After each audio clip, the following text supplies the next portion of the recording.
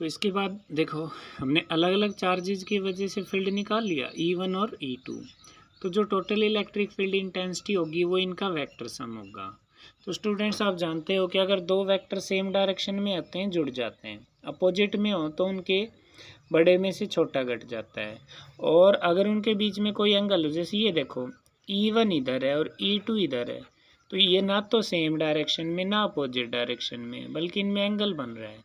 तो हम क्या कर सकते हैं यहाँ पे, या तो पैरेललोग्राम लॉ लगाएंगे या दूसरा तरीका है कि हम उनको कंपोनेंट की फॉर्म में तोड़ के सॉल्व कर लें। तो यहाँ हम लोग कंपोनेंट वाला तरीका यूज कर रहे हैं।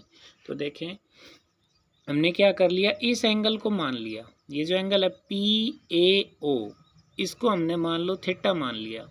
ये इसलिए मानना है क्योंकि हमें इस ट्राइंगल की तीनों साइड पता है, तो ज़रूरत पड़ने पर वैल्यू निकाल लेंगे। इसे मैंने थीटा मान लिया। अब हम एक लाइन खींच देते हैं जो डाइपोल के पैरेलल होगी और पी पॉइंट में से पास कर रही होगी। तो ये लाइन और ये लाइन दोनों एक दूसरे के पैरेलल हैं, तो ये और ये अल्टरनेट एंगल हो जाएंगे। तो ये वाला एंगल हमारा हो गया थीटा। दूसरी बात, ये आपको पता है फिगर सिमेट्रिकल है, मतलब जैसा पोर्शन इधर है वैसा पोर्शन इधर है। तो ये जो आगे की तरफ बढ़ा हुआ वेक्टर है, ये इनके बीच का, ये जो पैरेलल लाइन है इनके बीच के एंगल को बराबर बराबर बांटेगी।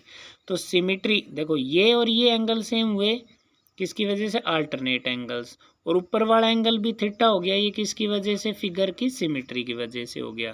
तो हमारे पास ये एंगल थीटा हो गया, ये एंगल थीटा हो गया। तो हमने ये एंगल थीटा थीटा क्यों माने हैं, इसको समझने के लिए आप लोग जानते हैं कोई भी वेक्टर होता है उसके दो कंपोनेंट तोड़ सकते हैं, एक साइन की फॉर्म में, एक कॉस की फॉर्म में। और आपको ये भी ध्यान होगा कि कोई भी वेक्टर है उसका वो वेक्टर उस लाइन की तरफ कोस वाला कंपोनेंट बनाता है जिस लाइन पर वो एंगल बना रहा हो, इसलिए हमने एंगल लिए हैं। तो ये एंगल हमारा थीटा आ गया। यहाँ देखो ये हमारा E1 वेक्टर है, तो E1 के दो कंपोनेंट होंगे, एक तो E1 कॉस थीटा और एक E1 sine theta.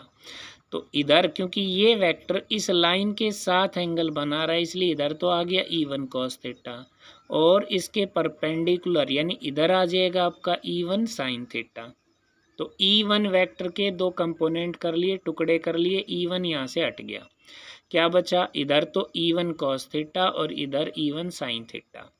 Similarly E2 के वेक्टर के भी दो कंपोनेंट तोड़ेंगे, इस लाइन के साथ ये एंगल बना रहा है इसलिए इधर तो आ जाएगा E2 कॉस थीटा और इधर परपेंडिकुलर की तरफ आ जाएगा E2 sine theta.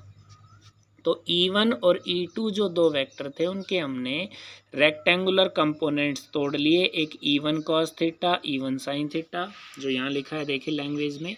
Resolving E1 and E2 into its rectangular components, E1 cos theta, E1 sine theta हो गए, and E2 cos theta, E2 sin theta as shown in the figure.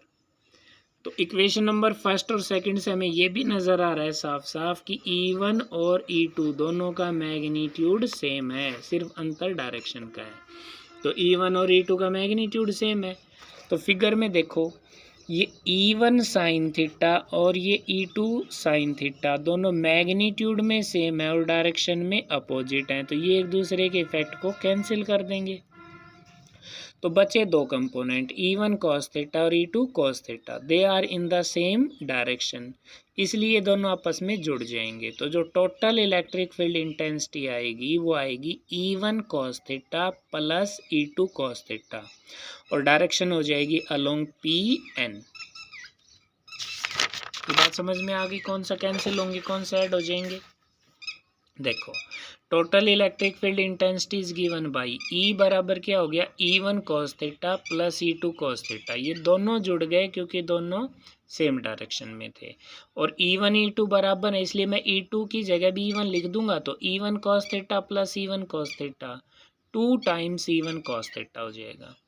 अब हमें क्या करना है, E1 की वैल्यू तो हमें पता है इक्वेशन नंबर फर्स्ट से, हमें फिगर से cos थीटा की वैल्यू और निकालनी है। तो cos थीटा निकालने के लिए फिर से फिगर में देखो, ये फिगर था ना हमारा APO, तो एक राइट एंगल्ड ट्राइंगल है, आप जानते हो cos थीटा होता है बेस अपॉन हाइपोटेन्यूज, यानी कि आधार बटे विकर्ण आपने पढ़ा होगा।